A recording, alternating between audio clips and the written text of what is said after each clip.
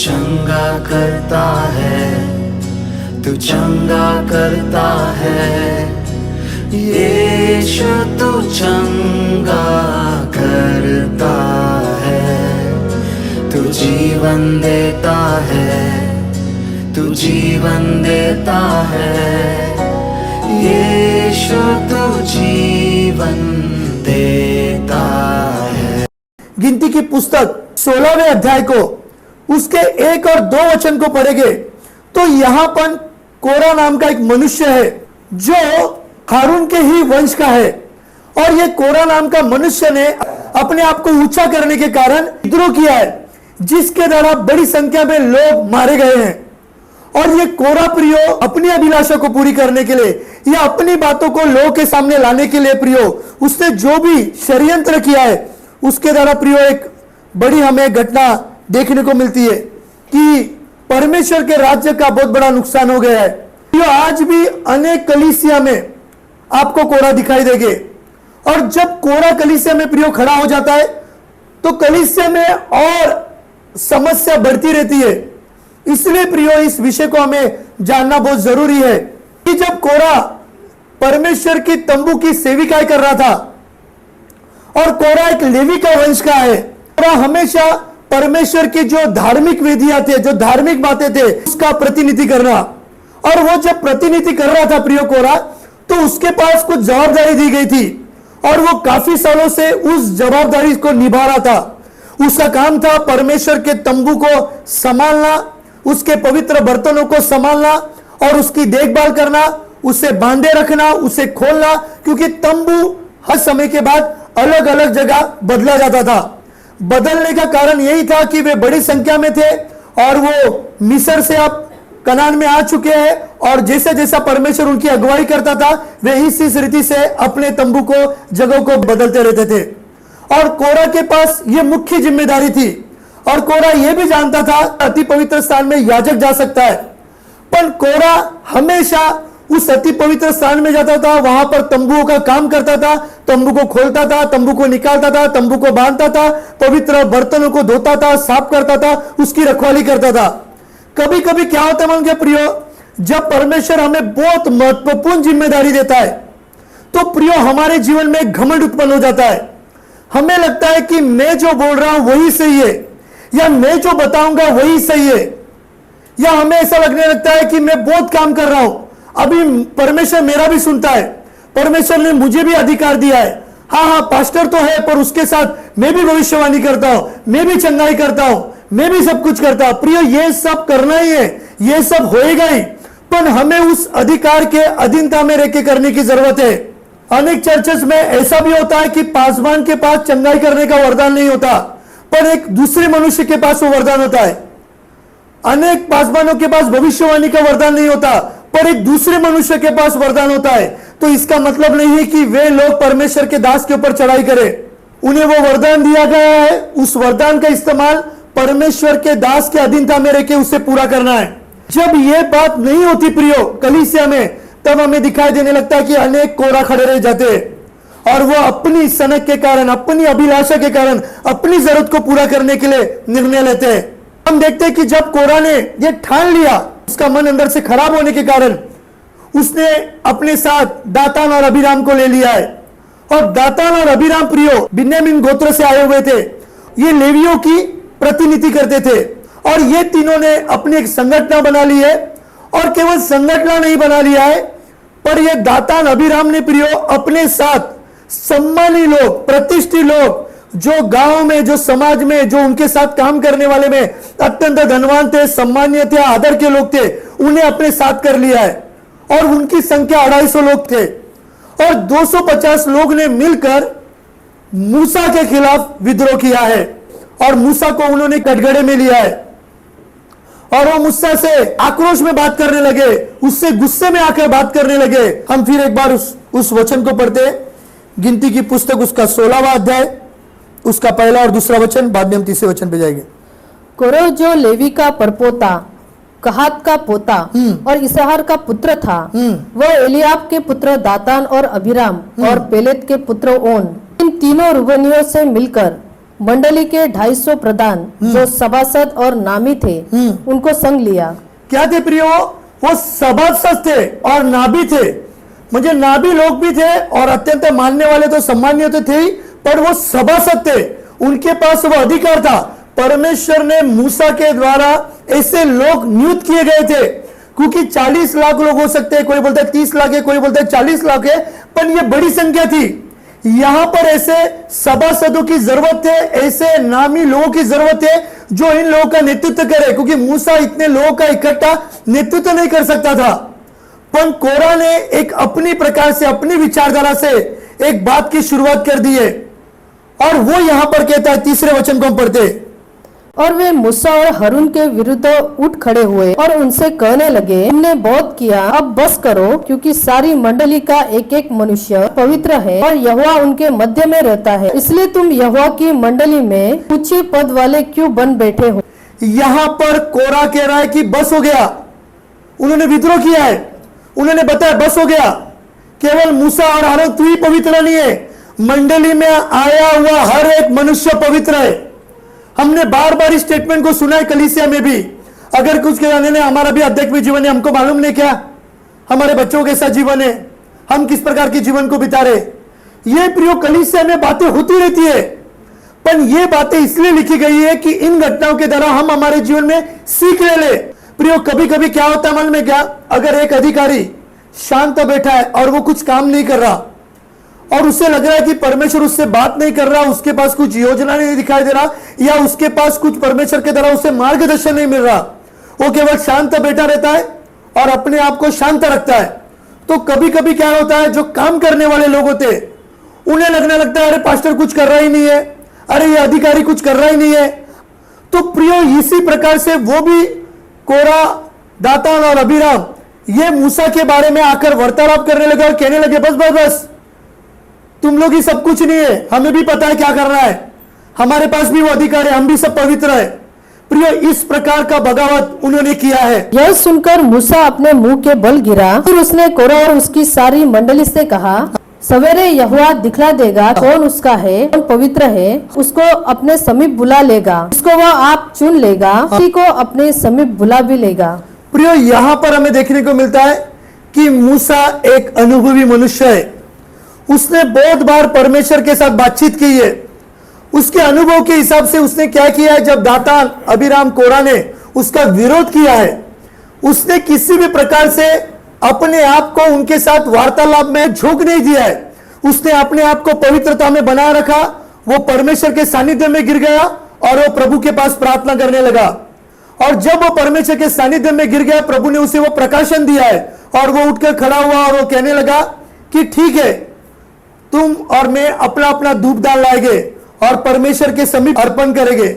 मूसा जानता था कि परमेश्वर ने मेरे जीवन में इससे भी पहले बहुत बार बातचीत की है, और बहुत बार परमेश्वर ने अद्भुत चिन्ह और चमत्कार मूसा के जीवन में किए थे, और मूसा जानता था परमेश्वर के पास भेंट लाने के द्वारा स्थिति लोगों के सामने आ जाएगी, क्या सही है क्या गलत है, इन बातों को लोगों के सामने परमेश्वर खुद प्रकट कर देगा।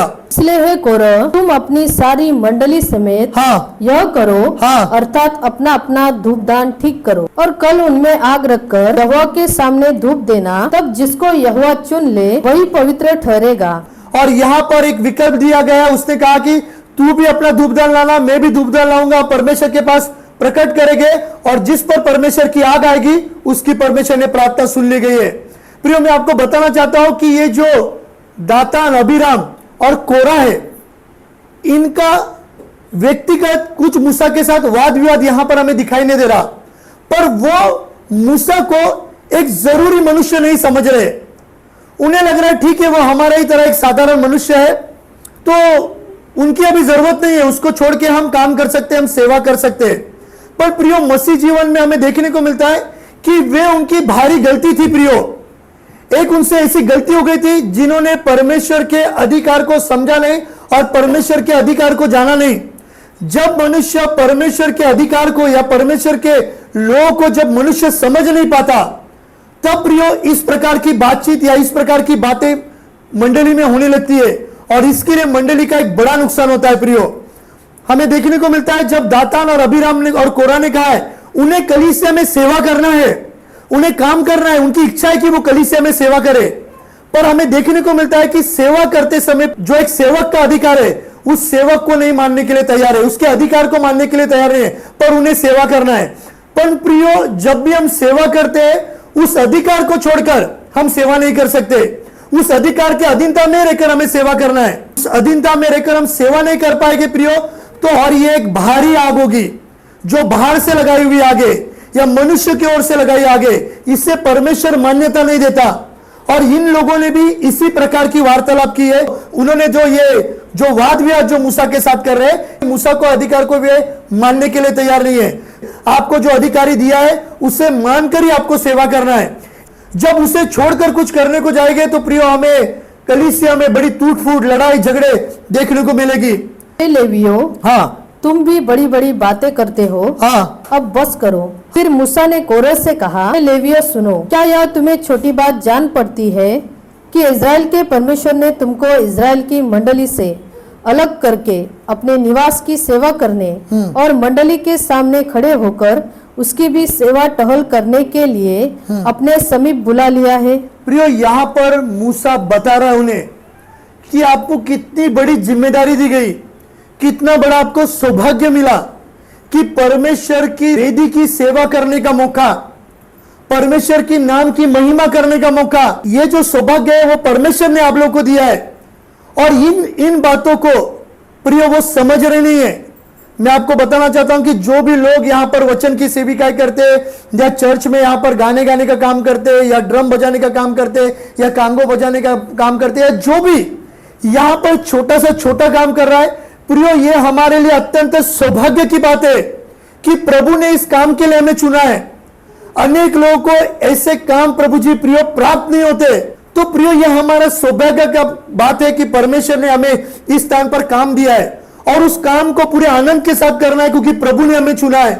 और इसी रीति से मूसा उन्हें भी बता रहे लेवियों को कि कितना आपको परमेश्वर ने चुना, कितने महान पाचारण के साथ चुना उसकी सेविका करने, उसे काम करने के लिए। और तुझे और तेरे सब लेवी भाइयों को भी हाँ, अपने समीप बुला लिया है। हाँ, फिर भी तुम याजक पद के भी खोजी हो। प्रियो, क्या कहता है कि तुझे और तेरे भाइयों को भी परमेश्वर ने बुला लिया है, पर अब तू याजक पद के लिए दौड़ पर आ गया है, या अभी तू याजक पद चाहता है? तेरी इससे अच्छी सेवा क्या हो सकती है? प्रियो, वो परमेश्वर के अति पवित्र स्थान में लगातार जाने वाला मनुष्य था और महायाजक के सिवा और कोई नहीं जाता था, पर कोरा को वहां पर जाने का सौभाग्य प्राप्त हुआ था। पर वो इस जवाबदारी को भूल गया कि प्रभु ने उसके जीवन में कैसा काम किया है। कभी कभी क्या होता है प्रियो, मसीह जीवन में हमारी पात्रता न होने के बावजूद भी प्रभु कुछ अधिकार जब हमें दे देता है और उस अधिकार को जब हम समझ नहीं पाते प्रियो, तो हमें एक बड़ा विद्रोह देखने को मिलता है। और यही बात यहां पर कोरा और दातान अबीराम के साथ हो रहे, और उनके प्रतिष्ठित भाई जो 250 भाई है, उनके साथ भी यही बात हो रही है। और इसी कारण तूने अपनी सारी मंडली को यहोवा के विरुद्ध इकट्ठी किया है। हाँ, हारून कौन है हाँ, कि तुम उस पर बुड़बुड़ाते हो? कि इसी कारण तुमने क्या किया है, सारी मंडली को परमेश्वर यहोवा के विरुद्ध किया है।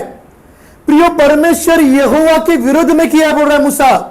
जब एक अधिकारी के बारे में जब षड्यंत्र बनाया जाता है, वो किसी भी प्रकार के अधिकार के विरोध में नहीं है, वे यहोवा परमेश्वर के विरोध में है। और यह बात यहां पर मूसा बता रहा है।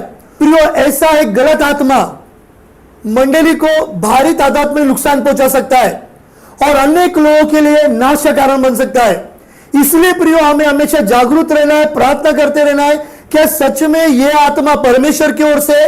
प्रियो, जब इस विचारधारा के साथ सोचा जाएगा, या परमेश्वर का शब्द हमारे पास आएगा, या उस वचन का प्रकाशन आएगा, तो निश्चय परमेश्वर हमारी अगुवाई करेगा।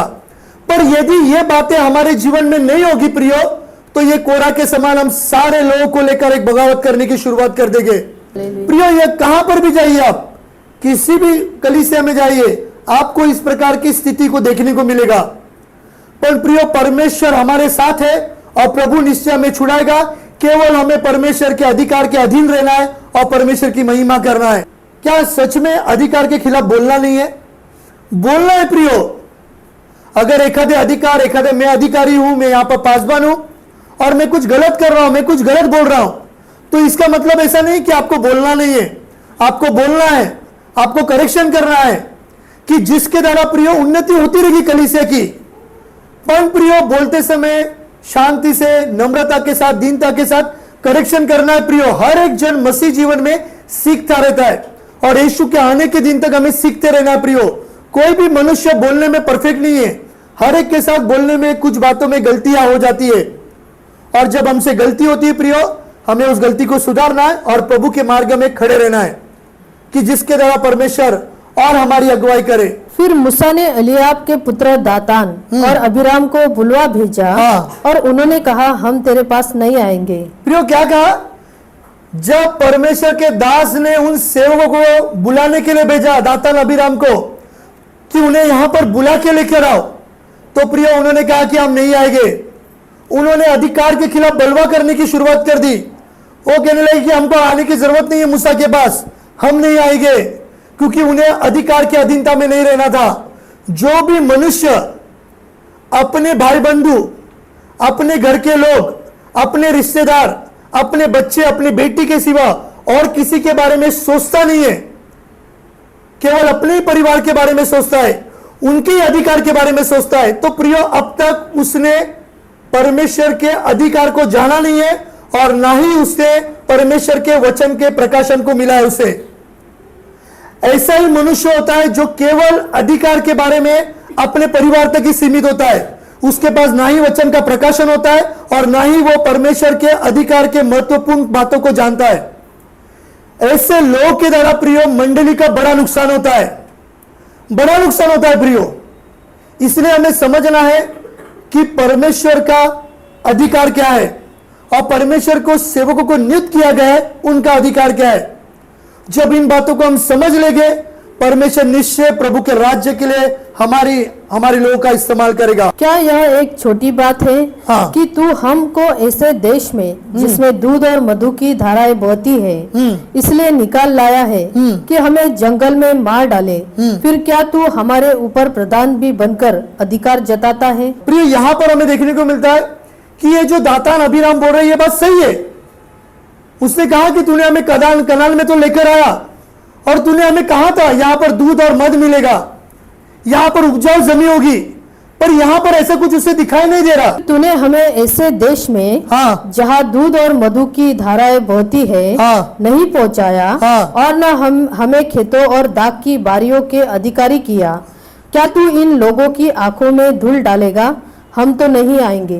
क्या कहने लगा वो दातान अबीराम?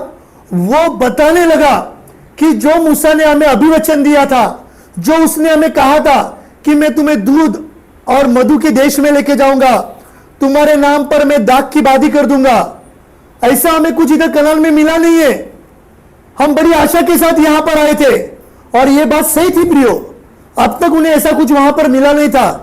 पर मैं बताना चाहता हूं कि ये यही दातान अबीराम है कि जिन्होंने परमेश्वर के सेवक का विरोध किया था कि हम कनान में नहीं जाएंगे, वहां पर बड़े बड़े लोग हैं, वहां पर डील डॉल से भरे हुए लोग हैं, हम वहां पर नहीं जाएंगे। पर यही आज यहां पर आए, क्योंकि ऐसे मनुष्य होते प्रियो जो दातान अबीराम जैसे, उनका नजरिया आध्यात्मिक नहीं होता, उनका नजरिया क्या होता है? दैहिक होता है। वे उनकी दृष्टि दैहिक बातों की यहां पर थी कि यहां पे प्रॉपर्टी कितना मिलेगा, यहां पर इनकम सोर्स क्या होगा, यहां पर दाना पानी कितना अच्छा रहेगा, यहां पर दैहिक बातें कितनी अच्छी रहेगी। उनका सोच और उनकी धारणा, विचार धारणा दैहिक बातों पर थी प्रियो, उनकी आत्मिक बातों पर नहीं थी कि प्रभु उन्हें एक ऐसे देश में लेके जा रहा है जहां पर तुम्हारे काम करने के द्वारा दूध और शहद का देश होने वाला है। वो तुम्हारे काम करने के द्वारा वहां पर दाख की बारी का देश बनेगा, ऐसी खेती बनेगी। वो नहीं सोच रहा है, पर वो अपनी अभिलाषा के लिए, अपने लालच के लिए इस प्रकार का वार्तालाप कर रहा है।